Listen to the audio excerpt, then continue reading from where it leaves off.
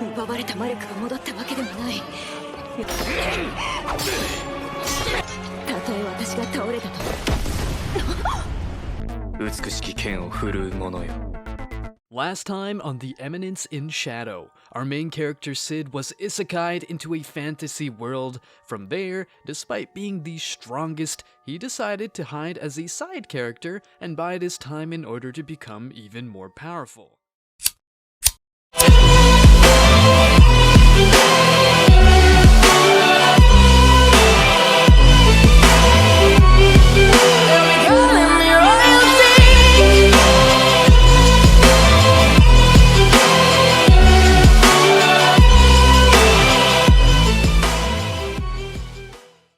At the start of episode 7, Sherry thinks of what her father told her about love at first sight. She finally decides to try the chocolate Sid gifted her and finds it to be sweet.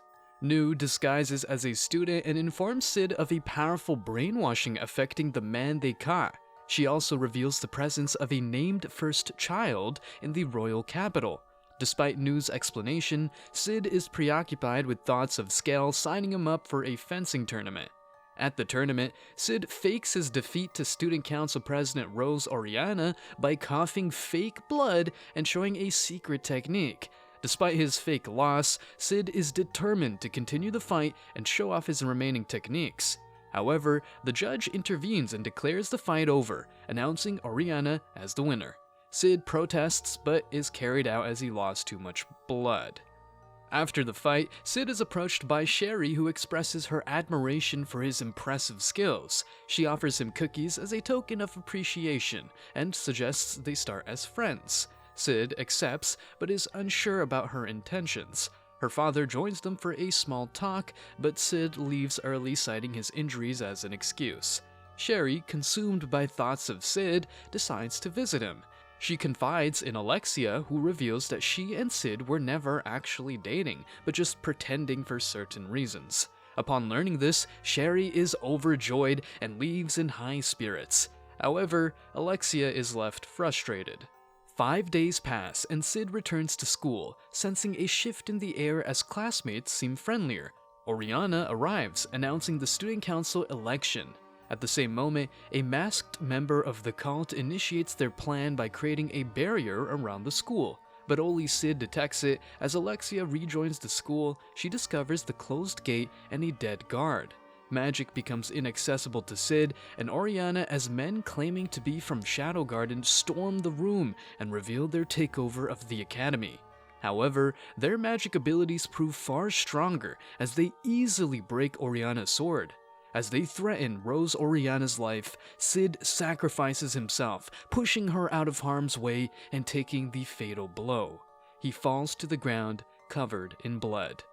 What will our protagonist do now? Find out after you take a moment to answer the question of the day. Will Sid ever reveal his true power?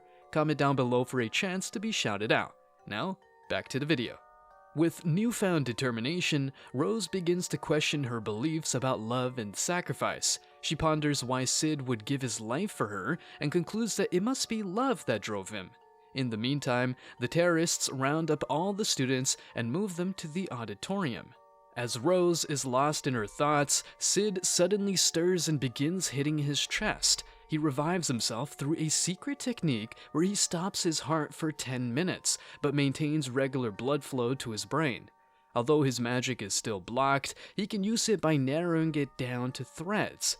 Rex enters Sherry's room, revealing that he is from Shadow Garden or Shadow Guardian, and his mission is to retrieve an artifact. As he sets his sights on the artifact in Sherry's hands, Glenn steps in and prevents Rex from attacking her.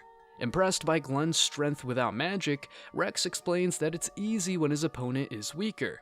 Meanwhile, Glenn and Marco keep the terrorists occupied, allowing Sherry to escape. As Sid surveys the terrorists' movements, he grows excited. Despite his frustration at their inefficiency, he decides to take matters into his own hands. At night, he stealthily eliminates several terrorists and notices a young woman running frantically. Recognizing her as Sherry, he saves her from capture and escorts her to her father's room. Along the way, Sherry explains the purpose of the artifact, the Eye of Avarice. This powerful object absorbs and stores magic, potentially releasing all stored energy in a dangerous explosion. Sherry intends to use a secondary artifact to control and safely store the eye's energy. However, she needs tools from her room to do so. Sid offers to retrieve them for her as she makes her way to the auditorium. Rex reports to the cult knight that some of their men had been taken out by a skilled fighter and guesses it could be Shadow Garden. The cult knight threatens Rex to find the artifact or face death. He notes that once his ambitions are achieved, he will be reinstated in the Knights of Rounds. Sid ambushes Rex, taking him down quickly.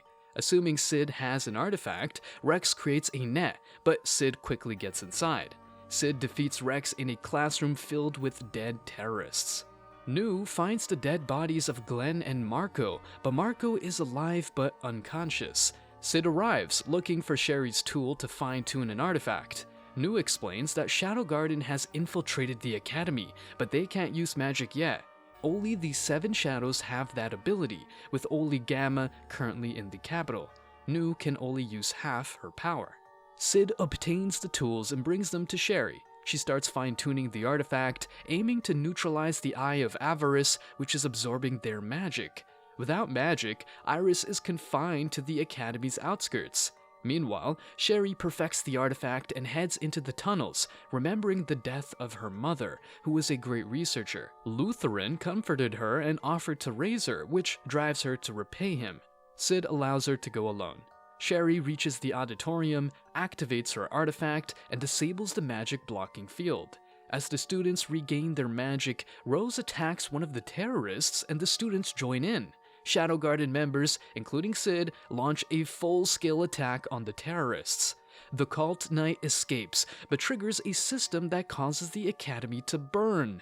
Iris finally joins in, but finds the terrorists already dead and the students safe outside. Rose explains that Shadow Garden killed the terrorists, who were posing as their organization. Sherry searches for her father in the auditorium but can't find him amidst the blazing fire. Suddenly, she spots the cult knight burning books and feels a wave of fear wash over her. Just then, Sid appears, shocked by the sight of Lutheran dressed in full armor. The cult knight removes his helmet, revealing his identity, and Sid immediately recognizes him. Sid questions Lutheran's actions, and he explains that he once reached the peak of the sword-fighting world, but eventually fell ill. In his quest to cure himself, he found the Eye of Avarice, a powerful artifact. He funded Sherry's mother's research, but when she wanted to hand it over to the government for safekeeping, he killed her. Sherry, who remains unaware of his crime, continued her mother's research. Shadow arrives and defeats Lutheran with ease. Sid confronts him about using Sherry for his own selfish gain, and he confirms it. The two of them engage in a fierce battle, but Sid ultimately gets cut by Lutheran and falls through a window.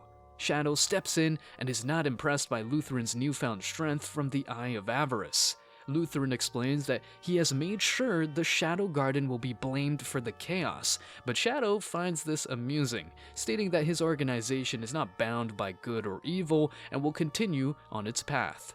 Shadow disarms Lutheran and proceeds to stab his limbs, reminding him of the way he killed Sherry's mother. In the end, Shadow kills Lutheran, and as Sherry arrives, she is heartbroken to find her father's lifeless body. Shadow decides not to reveal the truth about her mother's death and leaves the auditorium.